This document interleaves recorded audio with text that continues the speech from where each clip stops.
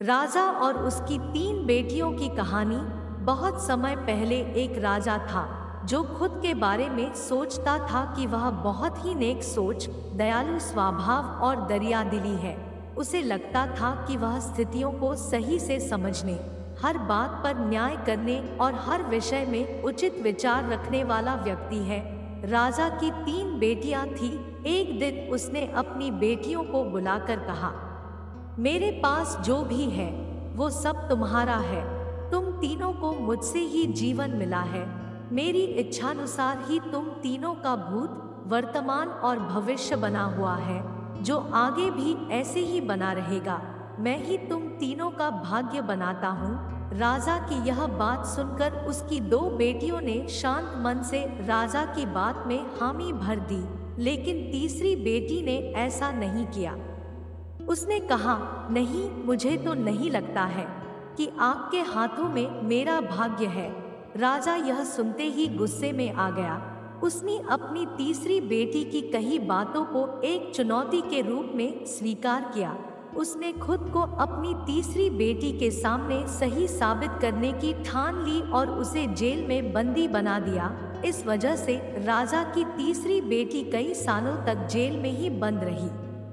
राजा और उसकी बाकी की बेटियां राजसी जीवन जीते रहे।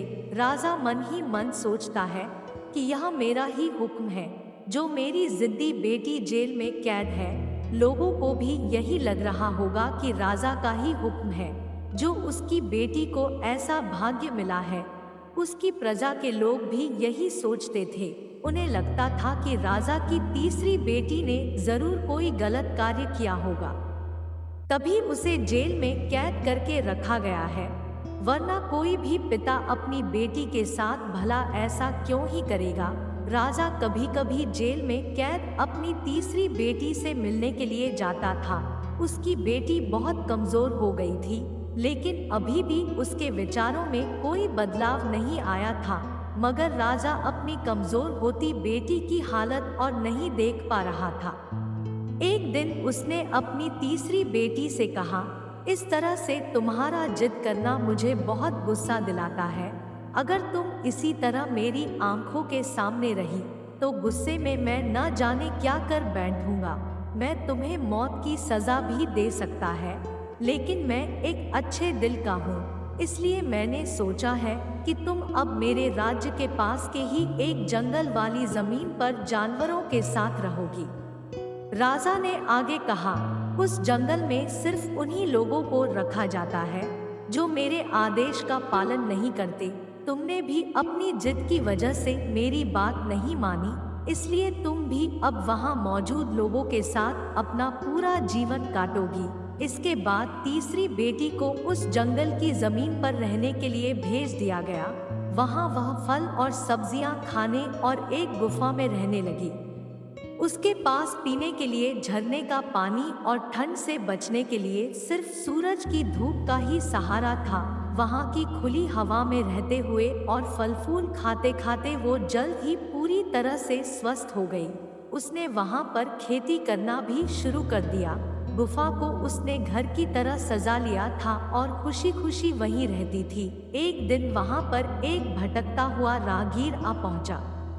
उसे देखते ही देखते राजा की तीसरी बेटी से प्रेम हो गया और दोनों खुशी खुशी वहीं रहने लगे। उस जंगल में उन दोनों के अलावा और भी कई लोग रहते थे, जिनकी मदद से उन्होंने उस जंगल को एक शहर के रूप में बदल दिया। कुछ ही सालों में राजा की तीसरी बेटी और वो राहगीर उस शहर के राजा रानी बन गए। अब उनके शहर की चर्चा दूर दूर तक होने लगी। जैसे ही इसकी जानकारी राजा को मिली, वह उस जंगल में सब कुछ देखने के लिए पहुंच गया। जब उसने वहां की राजगद्दी पर अपनी बेटी को बैठे देखा और साथ में एक खूबसूरत युवक को, तो उसके होश उड़ गए। राजा की बेटी ने अपने महल में अपने पिता का पूरे सम्मान के साथ स्वागत किया। उसने अपने पिता से उसके बुरे बर्ताव व फैसल के लिए कुछ भी नहीं कहा।